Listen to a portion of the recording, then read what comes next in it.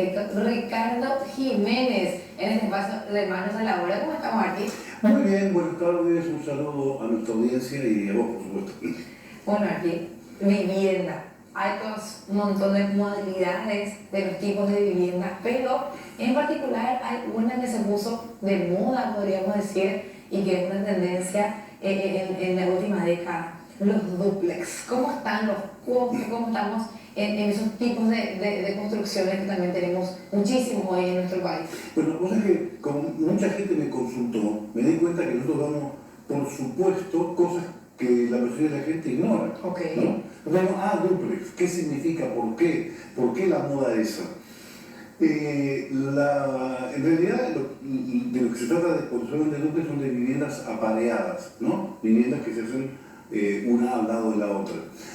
Al ser en dos plantas, entonces nadie sabe muy bien si se llaman dúplex porque están dos pegadas o dúplex porque están en dos plantas. Pero bueno, la tipología se fue armando así por el uso y que tiene que ver con el costo de los terrenos. Un terreno en cualquier lugar de Gran Asunción cuesta 300, 400 millones de guaraníes. Entonces, si vas a hacer una propiedad en ese terreno, tenés que amortizar el costo, tenés que prorratear el costo en uno, en dos o en tres, depende del número de unidades que hagas. Si haces una sola vivienda, se te va a costos muy altos, porque tenés que entrar con 400 millones nada más que de gasto del terreno. Si haces dos, dividís eso en dos y entonces baja, ¿no? Prorrateas en dos. Por eso se puso de moda tanto. Y se sumó al hecho de que ahora la gente no quiere tanto terrenos grandes, que implique tener servicio doméstico, jardinero, ese tipo de cosas. Entonces viene a ser casi la síntesis, ¿no? Entre lo que es una casa y lo que es un departamento. El famoso comportamiento del consumidor que fue cambiando con los años, que justamente ahora nos dice, en el pasado era el sueño de esa generación que quería tener una casa propia, el patio, el corredor de toda esa paz y tranquilidad de esa época. Luego ya se vinieron otras alternativas, los dúplex, los departamentos. Hay gente que dice yo no quiero patio, yo quiero piso y que se encargue, es decir, hay otros espacios de recreación como los parques, otros tipos también de tener contacto con la naturaleza. Y después están los que dicen que la generación actual no quiere casa propia, que quiere vivir alquiler más luego porque es todo un compromiso. No sé si es un estereotipo, pero es verdad algo, que el comportamiento del consumidor va cambiando también según las épocas. Claro, por supuesto. Vos sabés que el rol de la mujer en el tema de la vivienda es determinante, pero es determinante. Creo que conté alguna vez en el programa algo que me llamó mucho la atención y que quiero repetir porque es una cosa muy impactante. Un amigo que hizo mi compañero de facultad terminó siendo un directivo importante del banco, pero de Conavi en su momento, y me contó él que hicieron una investigación sobre casas que el Conavi había hecho hace 20, 30 años, ¿no? Una evaluación ex post de lo que había sido. Se lo tomaron en serio como para ver cuál había sido el resultado. Sorprendente el resultado. La mujer, que era la que en su momento era la, ¿cómo se le dice?, ama de casa, la patrona del hogar, seguía estando.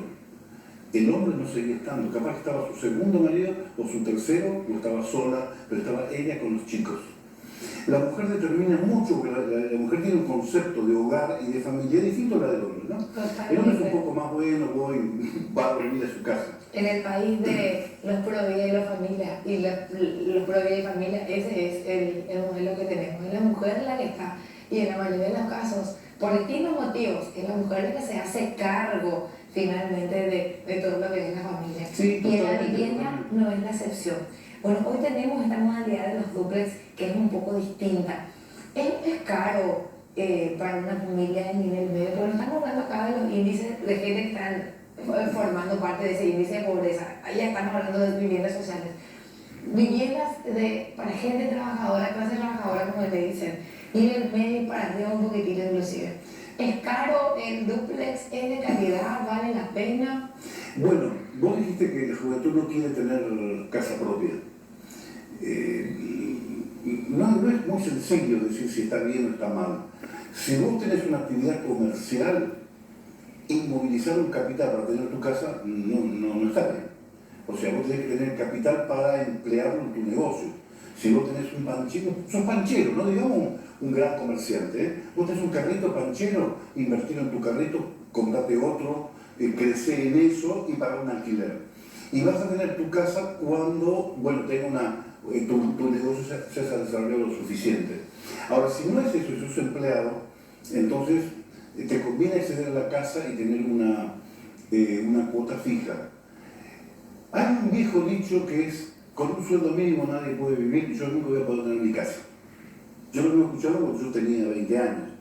Y había pensado que era así, que con un sueldo mínimo nunca vas a poder salir. Pero eso no es cierto. Eso no es cierto. Si vos te quedás en eso, probablemente vayas a la frustración, al que me importa. Un sueldo mínimo gana la gente que empieza en algún lugar. Y lo que tiene que proponerse es superarse y ganar más de un sueldo mínimo. Después se casa, suma el sueldo de su mujer, y por eso te decía que es importante el rol de la mujer, porque ahora ya la mujer no es la que está en la casa, la mujer también quiere salir a trabajar. Y si vuelve a las 6, 5 o 6 de la tarde, no quiere ponerse a barrer el patio o a cortar el pasto o hacer lo que antes hacía. ¿No? La mujer se concentra más en el trabajo, en el exterior, y entonces el nuevo tipo de dúplex o departamento les es mucho más práctico. 18 años, un chico 2, estás casado y querés hacer algo. No hace mucho, un compañero de la radio me recordó algo que yo me había olvidado totalmente. Cuando lo conocí hace más de 20 años, me pidió consejo. Y me dijo que tenía un terrenito en Areguá, me parece, y qué me conviene hacer, pido un préstamo. Bueno, ahorrar ladrillos, le dije. Pero necesito un proyecto, yo te regalo uno, yo tengo, para mí, agarrar un proyecto es una cosa sencilla, pero que le di los planos y le dije: no te metas con municipalidad, con arquitecto, con firma, nada, porque si no tenés recursos no podés hacer eso. Así como se hacía antes, así empujando. Y mucha gente empezó a hacer eso. Me recordó que terminó su casa. Y de a poquito, fui haciendo primero los cimientos, hice una piecita de 3x4 o 3x5 con un bañito y se fue a vivir ahí. Y dejó de pagar alquiler. Y de a poquito hizo la habitación de un lado y después hizo otra, y cuando hizo por una casa donde tiene un valor importante. No, depende de la situación de cada uno. Eso es una cosa. Lo otro es, y cosas que me gustaría dar un pantallazo, aunque sea breve, de la persona de clase media por ahí que tiene un terreno y quiere hacer dúplex. Yo he visto mucha gente que se mete y que no le va bien. No les va bien. La mayoría de la gente tiene una experiencia en la parte comercial. Todos fuimos a un restaurante alguna vez, ¿no? Todos alguna vez vimos cómo alguien hizo una piecita o amplió su piecita. Entonces, cuando vos tenés un poco de dinero, decís: ¿qué voy a hacer? Voy a poner un restaurante. ¿Cuánta gente hay que quiere poner un restaurante? Nosotros hemos visto cientos que abrieron, muy bien intencionados, y gente con dinero incluso, que lo cierran. Porque una cosa es ir a comer de vez en cuando, otra cosa es el negocio del restaurante. Y lo mismo, una vez, una cosa es ampliar una habitación, donde vos le llamás un albañil, y tiene una pared y arma otra, y otra cosa es hacer dúplex para vender, por ejemplo. Porque ahí la parte financiera aparece como algo fundamental. Y si no lo tenés en cuenta, entonces no te va a ir bien. Está la parte técnica. Esa no es complicada. Mirá que es la parte mía, lo que yo más conozco, pero eso no es lo complicado. Cualquier amigo, cualquier conocido te va a conseguir un proyecto, te va a facilitar la construcción. El problema es cómo manejas tu dinero y cómo manejas el tema de los papeles. Te estaba comentando fuera de micrófono, fuera de aire, que recibí una liquidación de honorarios de escribano de la venta de una propiedad, y son cosas que la gente no tiene en cuenta, ¿no? Yo no tengo en cuenta porque es mi profesión, obviamente, pero esta vez me llamó más la atención, porque tenés que, de fotocopia 600.000, de estos 300.000, se hicieron 20 millones de gastos burocráticos que la gente cuando empieza a hacer no tiene. O, por ejemplo, que sí es un tema pero fundamental, la subdivisión. Si vos vas a hacer algo en tu terreno, para vos o para vender, primero el estado de la documentación. Eso es fundamental. Vos tenés que tener los papeles como Dios manda. Si no, si tenés Y no, porque nunca hiciste la sucesión, o porque no vendí y me hice un boleto de compra-venta solamente, te podés meter en un problema, porque esa propiedad puede tener una inhibición, un embargo, una hipoteca, el propietario original puede haber muerto.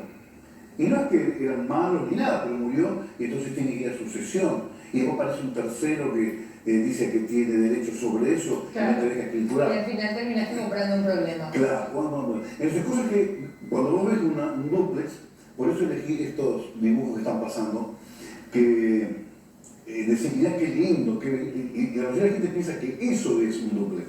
No, eso no es un dúplex, eso es la forma del dúplex, la estética del dúplex. Claro, hay mucho detrás de lo que es esa. Claro, lo que hay detrás es un tema financiero primero que nada y un tema de documentación después. Que no es algo tremendo, pero que es lo que tenés que tener en cuenta. Arqui, muchísimas gracias por tu tiempo en la tarde de hoy. Al contrario, un gusto como siempre. Arquitecto Ricardo Jiménez compartiendo con nosotros en este paso de manos a la obra. Vamos a nuestra última pausa y ya regresamos con más.